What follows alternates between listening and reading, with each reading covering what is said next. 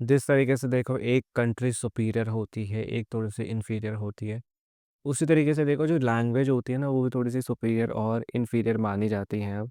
अब तुम इससे ये मत समझना कि हाँ, हम तो मातृभाषा बोलेंगे, हिंदी बोलेंगे। आई रिस्पेक्ट इट, देखो मैं भी इंडिया का ही हूँ, हमारी नेशनल लैंग्वेज हिंदी ही है, हमें हिंदी बोलनी चाहिए। साथ ही साथ अगर तुम्हें इंग्लिश बोलना आता हो तो ये एक बहुत बड़ा प्लस पॉइंट होता है। तुम देखो कहीं पे भी काम करना चाहते हो, तुम कुछ भी करना चाहते हो, तुम किसी से बात भी करना चाहते हो आज की डेट में, तुम्हें इंग्लिश आनी चाहिए। सामने वाला इंसान देखो तुम्हें पता नहीं है कि कब वो तुमसे इंग्लिश में बात कर ले और फिर तुम हूँ, हाँ ऐसे करते रहोगे कि तुम्हें पता ही नहीं कि हाँ भाई सामने वाला इंसान बोल क्या रहा है।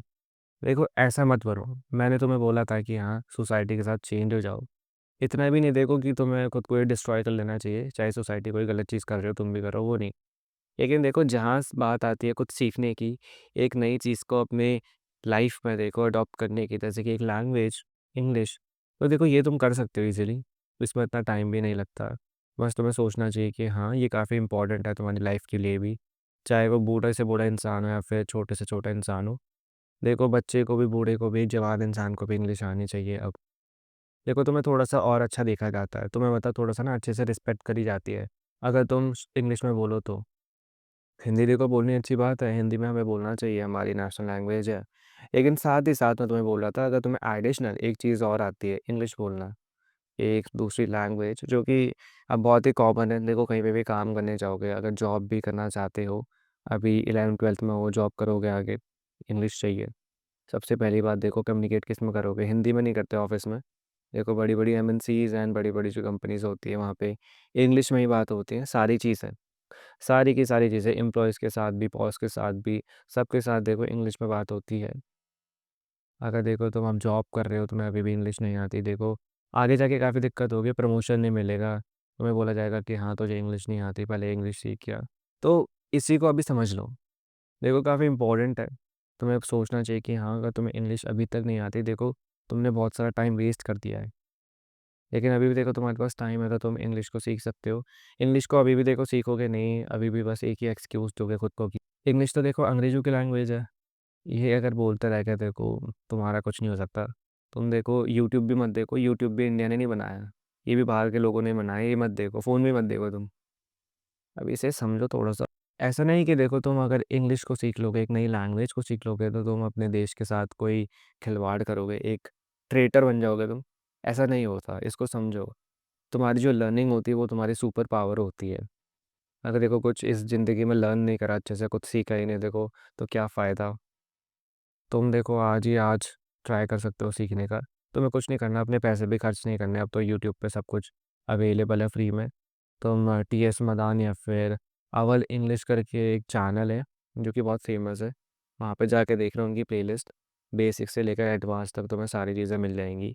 मैंने भी उनके चैनल से काफ़ी सारी चीज़ें सीखी हैं, तुम भी देखो ट्राई कर सकते हो अगर पैसा नहीं है तो।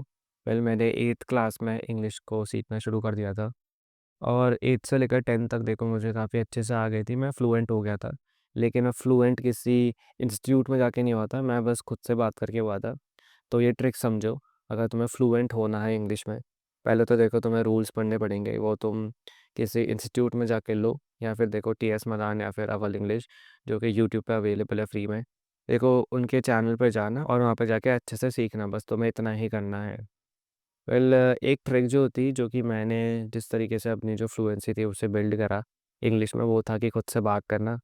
मैं देखो क्या करता था जब मैं फ्री होता था, जितना भी टाइम फ्री होता था, मैं बस 1 या डेढ़ घंटे के लिए खुद से बोलता था। मैं देखो एक छोटा-सा टॉपिक लेता था जैसे कि मेरी हॉबीज़, और मैं हॉबीज़ में देखो अलग-अलग ऐसे टॉपिक्स बनाता था जैसे कि कुकिंग या फिर ड्राइंग या फिर देखो फुटबॉल खेलना, ये सारी चीज़ें। इनको आपस में कनेक्ट करा, मेरे को एक टॉपिक से दूसरा टॉपिक, दूसरे टॉपिक से तीसरा टॉपिक। ऐसे कर के देखो फिर मैंने 1 से डेढ़ घंटे की कन्वर्सेशन खुद से करनी शुरू करी और ऐसे करते-करते मेरा जो टंग थी वो थोड़ी-सी अच्छी बन गई थी, मैं थोड़ा फ्लुएंट हो गया था। बस देखो ये सिंपल चीज़ थी, तो मैं खुद से बात करनी है, एक सिंपल एक अकेली जगह पे जाओ, जहाँ पे देखो तुम्हें कोई परेशान ना करे। थोड़ी बहुत देखो वोकैब्युलरी पे फ़ोकस करना। तुम फिर से देखो अव्वल इंग्लिश या फिर टीएस मलान के चैनल पर जाना, उनकी एक अच्छी सी वोकैब्युलरी की प्लेलिस्ट लेना और उसे सीख लेना। बस तुम्हें इतना ही करना है। बस इससे तुम्हारा काम हो जाएगा, बाकी सीखना शुरू करो जितना जल्दी हो सके उतना जल्दी। वेल अगर तुम्हारे दोस्त आस-पास के लोग बोलते हैं कि हाँ, इंग्लिश नहीं सीखनी चाहिए क्योंकि बाहर की लैंग्वेज है, तुम अंग्रेज नहीं बन सकते, तो ठीक है उनका साथ छोड़ दो या फिर उनके साथ ही रहो अगर तुम्हें कुछ नहीं करना तो। वो तुम्हारा डिसीजन है, देखो उसमें मैं कुछ नहीं कर सकता। अगर तुम्हारी इस वीडियो से थोड़ी भी हेल्प हुई हो तो खुद को थैंक यू बोलना। बाय।